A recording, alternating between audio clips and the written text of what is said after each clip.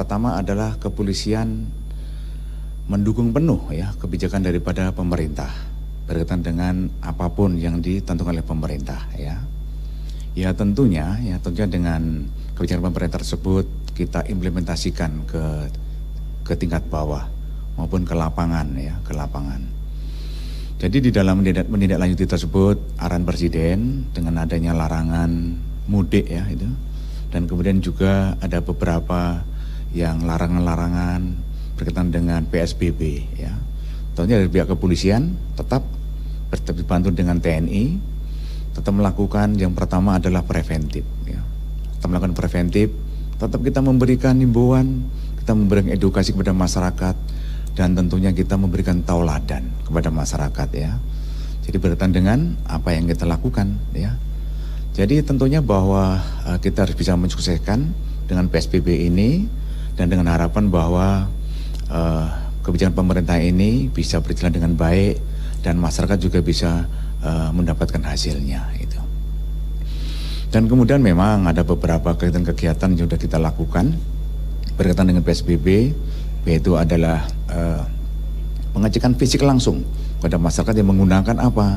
Menggunakan moda transportasi, ya, menggunakan kegiatan perekonomian, itu semuanya kita cek dan kita berikan edukasi, ya, dan kemudian kita berikan dalam bentuk-bentuk himbauan bahwa nanti misalnya ada memang sanksi, ya, sanksi yang kita lakukan memang harus kita lakukan, yaitu ada di Undang-Undang Karantina Kesehatan sudah ditentukan di sana, ada di KUHP juga ada, ya, tapi itu semua adalah kegiatan tindakan yang paling akhir yang dilakukan oleh pihak kepolisian itu di situ. Terus kemudian situasi saat ini berkaitan dengan PSBB ya, berkaitan dengan bulan Ramadan, ya tentunya kita tetap memberikan himbauan edukasi kepada masyarakat berkaitan dengan kegiatan-kegiatan tersebut. Dan kalau kita catat ya daripada kejahatan ya dari kepolisian bahwa untuk periode bulan Maret dan April terjadi penurunan ya sebesar 19,90%, dengan perincian pada bulan Maret sebesar 19.128 kasus dan pada bulan April ada 15.322. Jadi ada penurunan. Kemudian pada minggu ke-16 dan minggu ke-17 ya terjadi penurunan sebesar 1,34% dengan perincian jumlah kejahatan pada minggu ke-16 sebanyak 3.587.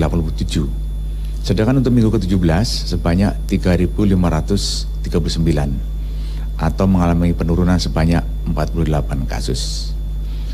Dari data penurunan tersebut memang ada beberapa catatan, yaitu kenaikan angka kejahatan jalanan ya, secara kuantitas dan kualitas pada kejahatan jambret, perampokan, kemudian pencurian bermotor, dan beberapa pembongkaran minimarket ini mengalami kenaikan. Jadi dengan adanya tersebut kenaikan kriminalitas dari pihak kepolisian, kita memberdayakan petugas-petugas keamanan. Artinya bahwa hampir di setiap perumahan, di setiap kawasan itu ada yang jaga di sana. Dan kita memanfaatkan daripada orang-orang tersebut yang jaga di sana untuk membantu ya. Untuk dalam hal apa? Pengamanan dan memberikan rasa aman kepada warganya di sana. Kita tetap komunikasi dan kemudian juga untuk melaksanakan patroli bersama dengan TNI ya. Jadi dengan harapan bahwa dengan kehadiran TNI dan polisi di lapangan ini akan kesempatan pada pelaku kejahatan ini akan mengurungkan niatnya ya, mengurungkan niatnya.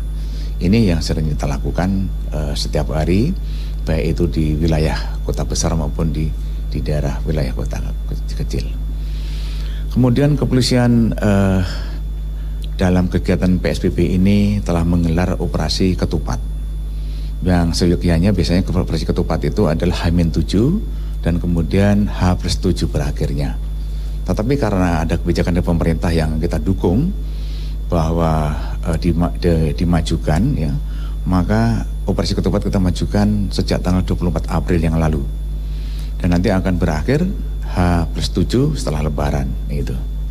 Jadi dari kegiatan tersebut dan Polri sudah melakukan beberapa kegiatan, baik itu membentuk pos pengamanan dan juga ada beberapa penyekatan ya yang kita lakukan, khususnya di Pulau Jawa.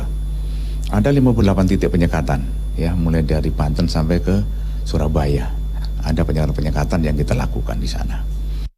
Anda masih bersama kami di program Tokoh Kita. Kita akan masih melanjutkan perbincangan kita bersama dengan Bapak Profesor Dr. Muhammad Mahfud MD. Kita selalu berdoa ya Pak, berdoa sama-sama supaya wabah ini cepat berakhir begitu ya Pak ya. Pak, saya mau bertanya Pak, mungkin mengetahui perkembangannya begitu ya, mungkin Bapak sempat berkoordinasi dengan Kementerian Agama begitu ya Pak ya. Ini setelah Idul Fitri ini kan kita akan memasuki haji ya Pak ya. Apakah bagaimana situasi skema mengenai haji ini Pak? Apakah sudah ada kabar terbarukah dari pihak Kementerian dari Arab Saudi Pak? Belum. Sejauh yang saya dengar dan saya baca dari rilis resmi dari Kedutaan Arab Saudi itu nanti baru akan diputuskan tanggal 19 Mei. Oke. Jadi 4 hari sebelum Lebaran, pemerintah Arab Saudi itu sudah akan menyatakan sikapnya haji itu boleh ada apa tidak gitu ya. Itu nanti. Tapi kita mengantisipasi, pemerintah mengantisipasi bahwa haji itu jadi. Seumpama tidak jadi kan itu Arab Saudi yang memutuskan. Gitu aja. Jadi memang kita tinggal tunggu informasi resmi dari pihak Arab Saudi ya Pak ya? Iya. Baik. Informasi resmi dari. Khusus di DKI Jakarta nih Pak Menteri, PSBB ini bagaimana Pak kalau melihat dari situasi saat ini Pak? Akan diperpanjang lagi atau akan dilonggarkan Pak? Jadi gini, kalau urusan daerah termasuk DKI Jakarta itu nanti gubernur sesuai dengan Permenkes dan sesuai dengan undang-undang itu gubernur yang mengusulkan gitu. Saya merasa tidak berhak untuk menyatakan itu perlu atau tidak. Biar gubernur saja, termasuk daerah-daerah lain. Termasuk ketika saya bicara soal relaksasi dan sebagainya itu kan urusan gubernur nanti. Tapi kalau yang Bapak lihat sampai saat ini diperlukan tidak Pak? Dari pandangan pribadi sendiri Pak? Ya. Pandangan pribadi sendiri kira-kira bagaimana Pak? Ya, saya tidak punya pandangan pribadi. Kalau pandangan pribadi saya, ya untuk keluarga saya aja. Saya tetap tinggal di rumah dan dalam keadaan tertentu saya keluar rumah dengan protokol COVID-19 itu. Baik. Gitu. Biar gubernur sajalah yang memutus itu ya. Baik, Pak. Sekarang saya mau tahu nih kegiatan Bapak Menteri sendiri nih. Kalau ibu-ibu rumah tangga nih kan kegiatannya double sekarang nih ya Pak ya. Ada 2. Selain menjadi ibu rumah tangga, kemudian juga menjadi guru Pak. Bagi anak-anak yang saat ini sekolahnya di rumah begitu. Kalau peran ayah sendiri bagaimana Pak di rumah saat ini Pak? Begini, saya ini sudah tidak punya anak kecil di rumah, jadi saya bersama istri saja dan salah seorang anak yang sudah besar ini ikut mengungsi ke tempat saya sekarang. Jadi kesibukan saya ya bersama istri ya ngobrol, baca Al-Quran, kemudian karena hampir tidak ada waktu kosong juga kalau siang ya, masih ada rapat-rapat dan sebagainya. Cuma enaknya di rumah sekarang, kalau ada rapat jeda setengah jam bisa istirahat dulu ya. Itu aja. Kalau saya di rumah tinggal dengan istri ya nyiapkan buka, sahur bersama dan sebagainya. Pagi-pagi ngobrol, habis ngaji tidur lagi lalu bangun, ada rapat dan seterusnya. Gitu aja. Makin romantis di rumah ya Pak ya semenjak PSBB ya Pak? Iya. Ya itulah inna ma'al usri yusra. Di dalam setiap kesulitan, di dalam setiap penderitaan itu pasti ada secercah kegembiraan. Nah itulah yang kita nikmati bersama sekarang. Baik, Pak Menteri, kalau kita berbicara mengenai PSBB juga banyak yang terdampak ini ya Pak ya, dari segi ekonomi juga banyak sekali begitu yang terdampak. Kementerian Sosial juga sudah turun begitu Pak. Tapi kalau kita berbicara mengenai masalah turis asing begitu Pak, kemarin sempat ramai juga nih Pak di media sosial, ada juga nih turis asing yang masih ada di sesuatu daerah, kalau tidak salah Bali atau Lombok begitu ya Pak ya. Sampai tidak bisa memenuhi hidupnya akhirnya mengamen di jalan Pak. Kondisinya seperti itu Pak. Bagaimana Pak? Ya biarlah diselesaikan oleh pemerintah daerah lah itu. Terlalu banyak inventarisasi masalah ini. Pemerintah daerah sudah punya prosedur sendiri ya untuk menjaga keselamatan dan keamanan masyarakat gitu. Terakhir Pak, ada yang ingin disampaikan terakhir untuk masyarakat Indonesia terkait dengan kondisi saat ini, apa yang harus kita yakini ataupun kita lakukan begitu Pak? Silakan Pak.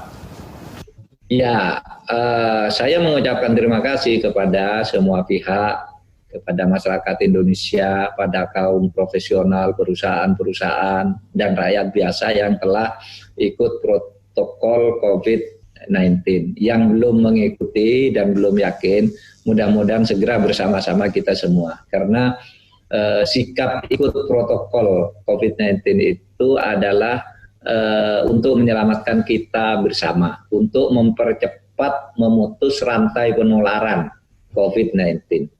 Nah, saya mengucapkan terima kasih kepada yang sudah ikut di dalam kebijakan pemerintah ini dan berharap yang belum ikut segera ikut bersama-sama agar tidak menimbulkan masalah-masalah baru dan COVID ini segera berlalu. Itu aja dari saya, Isa. Baik, terima kasih Pak Menteri sudah bersedia meluangkan waktunya bergabung bersama kami di program Tokoh Kita. Terima kasih Pak, sekali lagi Pak. Assalamualaikum warahmatullahi wabarakatuh. Waalaikumsalam warahmatullahi wabarakatuh.